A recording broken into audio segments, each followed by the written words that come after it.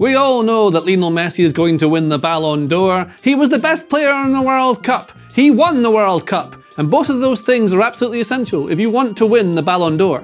But what else is essential to win the Ballon d'Or? Well, I tried to find out. And in researching this, I discovered a horrifying conspiracy which threatens to consume us all against one player who never wins anything. But who should win the Ballon d'Or if it wasn't Messi? And how do you win a Ballon d'Or? Well, to win a Ballon d'Or, what you have to do is be voted for by some journalists. And as it says here in The Athletic, those journalists are one member of the media from the top 100 countries in FIFA's world ranking for the men's award and the top 50 countries for the women's award. So the writers think Messi's pretty good, huh? Well, let me tell you this. Since 2006, when Messi was first nominated for the Ballon d'Or, he has been either first or second every single year, except for 2 years. Once in 2018 when Luka Modric won it, because he was quite good in the World Cup, and deservedly so, because Messi was terrible that year. He only scored 51 goals and had 26 assists in 54 games for club and country. That's so awful, it makes me mad! Because that year he also only won the European Golden Shoe, and the Copa del Rey, and La Liga. Easy, all those things are easy to do.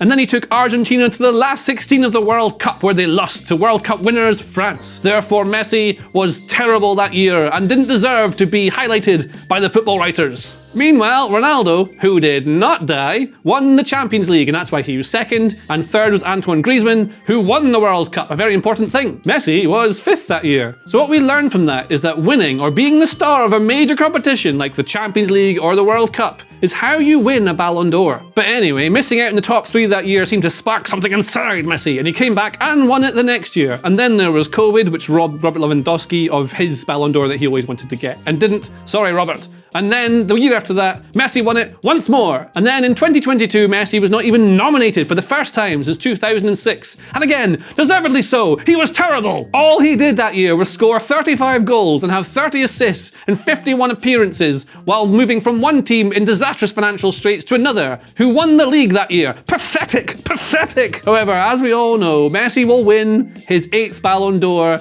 in the next ceremony that happens, because he was outstanding this entire year. He won the World Cup for Argentina almost on his own. He scored all the goals. He was very, very exciting. He's going to win it. But he's already got 7. This is boring now. Give it to someone else. But who? But let's look at what sort of players actually win. And if we do that, what we notice are a few things. So first of all, if you're a goalkeeper, you have very little chance of winning. Lev Yashin is the only goalkeeper to have won the Ballon d'Or. If you're a goalkeeper, don't try and win the Ballon d'Or, it won't happen. Defenders have quite a hard time winning it too. Fabio Cannavaro is a captain of a World Cup winning team. That's probably why he's got in here. Beckenbauer, multi-positional, can play as a sweeper, carries the ball out, lots of long balls, beautiful player. Matthias Sammer was a defensive midfielder, but he won it in '96 when he mostly, I think, converted to being more of a sweeper. This position you don't have anymore because of the offside rule. Lothar Matthäus, box-to-box midfielder, also played as a sweeper. So multi-positional things come in here as well. A bit of a captain, kind of leader guy. Mazopust is a guy who played for Slovakia back in the day before it became Czech Republic, and he's box-to-box as well. So these kind of things help. So in summary, you can win it if you're a battler or a leader, as long as you play a few different positions and do some lovely stuff with the ball. Like Beckenbauer can hit these long, lovely passes, you see. But the real way you win may be demonstrated by this board. As you can see, if you are a creative player who makes goals and assists and creative things happen, basically if you're watching on the TV and you go, oh, that kind of noise, like you're watching fireworks, ooh, ah, oh, ah. That's actually the melody of all fireworks displays if you go and watch them. This is what you get. Lots of creative players. Messi's over here, look. Right winger can play midfield, forward over here, you can play in midfield as well. But all these guys are like number 10s, you can play wide. Cruyff is the only real left-sided forward you've got here. Maybe Ronaldo you could put in as well. But the rest of them are all mostly central forwards, goal scorers, things like this, like Gerd Müller, just a goal scorer, that's what you've got. And you've got Brazilian Ronaldo here, Michael Owen, just a goal scorer, that's what you've got. So if you're a goal scorer, or a creative attacking player who makes you look like you're watching fireworks when you're watching football, that's how you win a Ballon d'Or. And it also helps if you play for one of Real Madrid or Barcelona, because if you look at this is Real Madrid's players, Cannavaro. So not only was he a captain of a World Cup winning team, and he's a defender, but he's also Real Madrid, so he's got lots of factors in there that helped him get nominated and to win. Then you've got Modric, creative player, Zidane, Kaká, Cristiano Ronaldo, Ronaldo Brazilian, Di Stefano, Benzema, Figo, and Copa. So all these guys won the Ballon d'Or while playing for Real Madrid. That definitely helps. Barcelona are tied on the number of Ballons d'Or won, but they have fewer players. They have Ronaldinho, Rivaldo, Cruyff, Stoichkov, Luis Suarez, not that one, and Lionel Messi, who's basically won all of them. He won 4 in a row once. We already know how good he is. But basically, it really helps if you play for Real Madrid or just the best team in Europe or the best team in their domestic league. That's what really helps. And so that means that the next winner of it is probably definitely going to be Jude Bellingham. Here he goes, playing as a number 10 just now for Real Madrid. Now think of all the things Bellingham has. He's kind of a battler, leader, multi-positional player, midfield, forward. He's playing up front basically for Real Madrid this season. He also does all of the goals, so he's very exciting to watch. Makes you go, oh, ah, and he creates all the chances. But he also plays for Real Madrid. And so if he wins the European Cup, or La Liga, or ends up winning the Euros with England next summer, then he will probably be the Ballon d'Or winner because he fits all the criteria. It's a wise career move. But if not Bellingham, how about Erling Haaland, the elite goal scorer in the world? Now he scores all the goals, so he has a chance, but the most recent example of someone who's won that is Robert Lewandowski, who didn't actually win it because of COVID. He would have won it that year, we can assume. So Haaland, although he's very exciting to watch, doesn't do the things. He's only, he's one positional, mono-positional. He only plays up front as a striker, doesn't drop in to help out. And we know that being multi-positional definitely helps. You look at Messi, all those players who've won it, they can play any number of positions. That really helps. And he plays for Man City,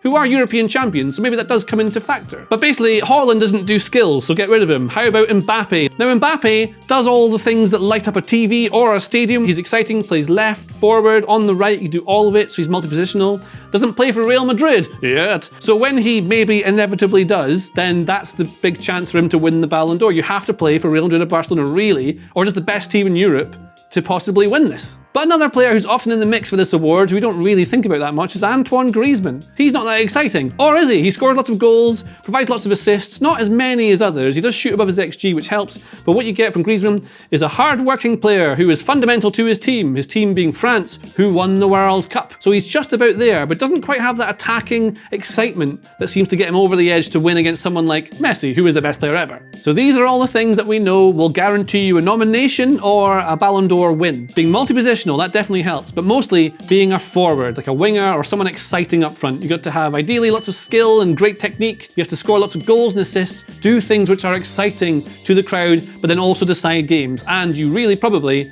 have to play for one of Barcelona or Real Madrid, and you have to win a huge tournament. So if you win the European Championship, that helps, or the World Cup, or the European Champions League, all things that are massive tournaments. These things help you win a Ballon d'Or. So a player who can do all these things and has done all these things, who could it be? Well, let's go and bring on Kevin De Bruyne, because he is all these things. He won the Champions League, the Premier League and the FA Cup last season. He was the driving force behind Man City's actual play. Haaland scored all the goals, sure, but this guy does everything. His set-piece delivery is unbelievable. He takes crosses from over here. He does all these things in different parts of the pitch. He plays as a forward, he plays as a midfielder, plays as a winger at times, often in the same game at the same time. He does everything. Why doesn't Kevin De Bruyne get the love of all the football writers? Why isn't he considered one of the very best players in the world? He sort of is. We sort of know he is. Plays for Belgium, not very exciting. They tend to underperform. Maybe that's a big reason for it. And so I did a lot of research to try and find out why De Bruyne is not really being considered for this award. I scoured the internet. I read every book that has ever been written. And then what I discovered was the Ballon d'Or victor is decided by 100 journalists from FIFA's 100 top-ranked member nations.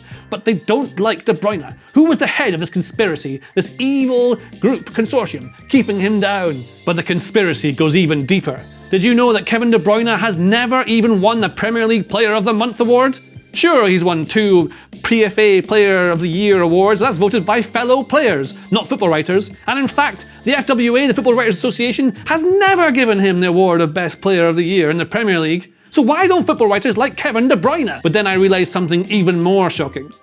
We haven't even covered Kevin De Bruyne once on Tifo IRL. I am the conspiracy behind this. Isn't that weird though? We haven't covered Kevin De Bruyne even once, really, in any of these Tactic Boards videos that we do. Why is that? He's a really great player who does things, but we don't think of him as being a big star. Does he need a new PR team to make us think about him, about all these exciting things he does? Or is it because Messi is just so good that it keeps him down and no one bothers thinking about it? Or because he needs to play for Barcelona or Real Madrid? What's missing for De Bruyne? Maybe it's because he's so consistently good that we kind of forget how good he is. In the same way that Messi missed out on nominations for 2 years when he scored more goals than had ever been invented on Earth or the Moon. I mean, there was a year where he scored 35 and 30 assists and didn't even get nominated for the award in the entire world. And he was moving from Barcelona to PSG basically overnight. So you forget how good Messi is, even though he is the best that's ever been. And De Bruyne is probably one of the best players in Europe that we've ever had, but we don't think of him as that because he's so consistently good. You can even see it in data how good De Bruyne is, because since 2016-17 when he joined the Premier League, he has produced more open play chances than any other player. He has more assists than any other player by miles. He is one of the most exciting players to watch. He drives things. Maybe he's not, it's not sexy skills that you get from him. It's kind of functional things that are efficient and make you win games. He's a match winner. That's what De Bruyne is. He's not a beautiful YouTube highlights player. He sort of is sometimes, but you know what I mean? I don't know why I don't think of De Bruyne as being one of the best players in the world, when he clearly definitely is. And that is why, if I were to vote for the Ballon d'Or winner this year, I would vote for Lionel Messi, because he's the best player ever, and this will probably be the last time he ever wins it. This is the end of an era. Time will come for us all. It'll come for you. Age will get you, and you. If you like this video, please consider subscribing to the channel. The Athletic is home to some of the world's best sports journalists, including journalists dedicated to each Premier League team, so every fan gets the coverage they deserve, not just the big clubs. And you can try it for free now for 30 days. See the link in the description.